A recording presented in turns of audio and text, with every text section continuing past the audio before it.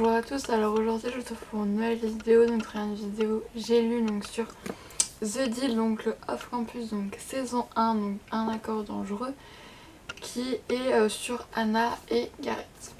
Donc alors je vous dis actuellement, ce livre, je ne dirais pas un coup de cœur, mais a été un très bon moment de lecture. Vraiment, j'ai vraiment apprécié ma lecture.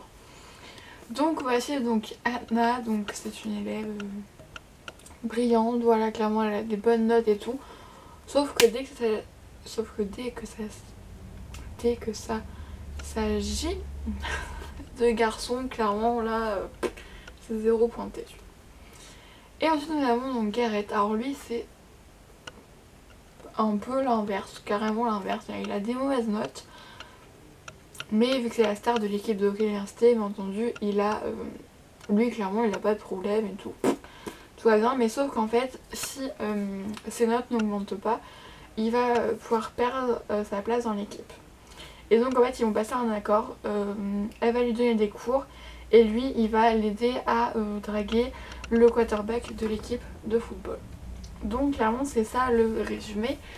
Donc alors faut savoir que dedans c'est une très belle histoire d'amour en fait. Vraiment, c'est vraiment une histoire d'amour qui est très belle. Surtout que en fait les deux personnages ont un vécu très fort, vraiment. Voilà, Gareth avec donc son père et aussi bref, les passages dans le passé de Gareth m'ont tellement mais fait mal au cœur, vraiment. C'est-à-dire que moi bien entendu, dès que quelqu'un souffre ça va me rendre triste, mais dès qu'un enfant souffre, clairement moi c'est vraiment la chose. Pour moi un enfant ne doit pas souffrir, un enfant doit jouer au Playmobil et voilà, son seul souci c'est de savoir ce qu'il va manger au goûter quoi, mais pas ce genre de soucis là. Et voilà, c'est bref.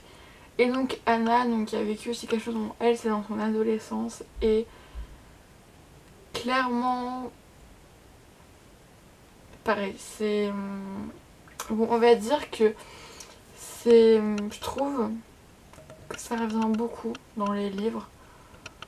Bon, en même temps ça arrive beaucoup dans la vraie vie aussi, donc je vais pas vous dire quoi parce que c'est un truc qu'on apprend parce que bon, malheureusement ça arrive beaucoup dans la vraie vie, donc forcément ça va arriver beaucoup dans les livres. Et clairement les deux on va dire sont brisés, oui, d'une certaine façon, et en fait ils vont se réparer. Bon, la première fois, voilà, c'est un moment qui m'a fait beaucoup rire. Voilà, je n'espère pas que en fait c'est un moment donc qui n'a une scène moins de 18. Et alors moi ça m'a fait beaucoup rire en fait, j'ai trouvé ça super drôle, alors que clairement c'est totalement pas l'effet escompté. Mais je sais pas, je l'ai trouvé drôle même quand c'était pas là, même après, je sais pas pourquoi, mais je trouvais ça drôle. En fait que je suis complètement psychopathe et je suis pas normale, mais je sais pas. En fait c'était drôle et en même temps c'était touchant, c'était triste, c'était joyeux, bref, il y avait tellement de trucs différents, genre j'ai l'impression de passer genre du coq à l'âne à chaque phrase quoi, genre c'était horrible, mais en même temps tellement bien. Et aussi donc c'est un tellement génial, bon, le retournement de situation à la fin, clairement pas très original, hein. Franchement tu sens depuis le départ, tu te doutes bien que lui donc va la vouloir elle, et il va pas être content quand elle va se rendre compte qu'elle veut encore l'autre. Clairement c'est un truc qui est clairement prévu dès le départ. Mais on va dire que sa petite technique m'a fait beaucoup rire. De toute façon Gareth c'est un personnage qui m'a fait beaucoup rire, vraiment. Et là je vais vous parler, en fait le tome 2 j'ai lu je crois 3 pages, voilà, clairement j'ai lu, je voulais commencer mais finalement je l'ai pas commencé. Et pas pour ce que je vais vous dire après, c'est juste parce que j'ai un autre livre en cours. Et en fait on m'a su donc le meilleur ami de Gareth, et franchement c'est le cliché. Donc c'est en fait c'est le mec, le meilleur ami qui est amoureux de la meuf de son meilleur ami en fait. Voilà, clairement c'est vraiment le cliché. Voilà, forcément triangle amoureux, donc clairement là en fait genre ça fait 2 et 1, ça fait ça fait pas un triangle, je sais pas ce que je dis. Mais on va dire que je pense que aussi son meilleur ami, parce qu'en fait c'est comme Mark Handman, même si c'est pas les mêmes personnages, on est quand même à peu près dans le même groupe d'amis, dans le même groupe de personnes, c'est pas on change complètement d'endroit, complètement de personnes. Donc clairement j'ai le 2 et le 3 et je les lirai parce que quand j'ai beaucoup aimé la plume de Elle Kennedy et du coup je mettrais 4 sur 5. Ça en fait bon, je pourrais très bien mettre 5 sur 5 parce que j'ai pas forcément de défaut à dire, mais ça n'a pas été coup de cœur non plus. Donc voilà. Et je vais vous mettre avec là un petit book haul, vraiment un petit. Parce que j'ai acheté un livre ce matin chez Nos à 1,99€ au lieu de 14,95€. Vraiment, il n'y a pas souvent des livres qui sont bien, mais qui en a, ça vaut vachement le coup. Donc vraiment, faut faire attention, faut vraiment regarder. Des fois, je passe 5 minutes à lire des résumés de livres. Moi, il faut savoir que je me fie beaucoup à la couverture. Comme celle-là, j'ai trouvé la couverture super colorée. Et il faut savoir qu'il y a beaucoup de livres de chez Michel Lafon. C'est vraiment des livres qu'on retrouve beaucoup. Donc c'est Le silence de Mélodie de Sharon M. Draper. Donc, alors en fait, on va suivre... on va suivre donc une enfant donc, qui a... là, au départ du livre, en fait, c'est un peu un retour dans son passé. Mais donc, il y a 11 ans au moment où elle écrit ça, vu qu'en fait, ce sont ses pensées.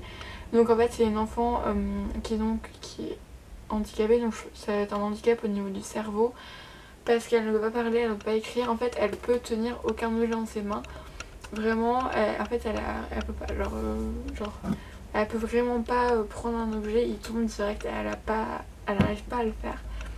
Et donc elle est dans un fauteuil roulant et en fait elle peut clairement, elle est obligée d'avoir toujours de l'aide de quelqu'un et elle a aucun équilibre. Donc c'est à dire, s'il n'y a rien qui la tient, pouf, elle tombe clairement.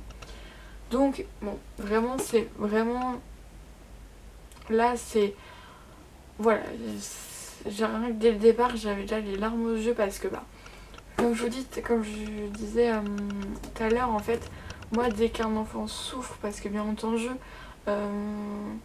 même si, parce que bien entendu qu'elle souffre, parce que clairement en fait elle peut même pas parler, c'est-à-dire en fait elle peut pas écrire, elle peut pas parler, donc clairement ce qu'elle pense, et ses parents, en fait personne ne peut savoir ce qu'elle pense vraiment, et je suis tellement triste, donc je suis au chapitre 5 là, bon ça fait super vite, et c'est déjà tellement émouvant.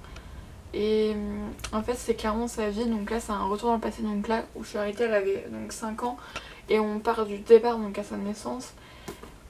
Et clairement c'est, je pense vraiment que ce livre va être vraiment génial et très poignant parce que clairement c'est, ils le disent à un moment dans le livre, sa maladie, je sais plus, je sais laquelle, mais voilà, vraiment là il n'y a aucun moyen de communication, c'est-à-dire voilà, là c'est...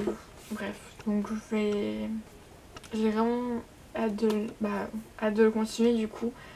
Et franchement, vraiment, si vous pouvez le trouver quelque part sur un autre près de chez vous, c'est pas aller voir parce que franchement, je pense vraiment que ça va vraiment être un livre génial. Donc du coup voilà, c'est tout pour ma vidéo. J'espère qu'elle vous aura plu. Moi ça m'a beaucoup passionné, je vous fais un dodo et je vous dis donc à la semaine prochaine. Ouais, la semaine prochaine normalement il y aura une vidéo. Mais après je ne sais pas. Je verrai bien à ce moment-là. Bisous.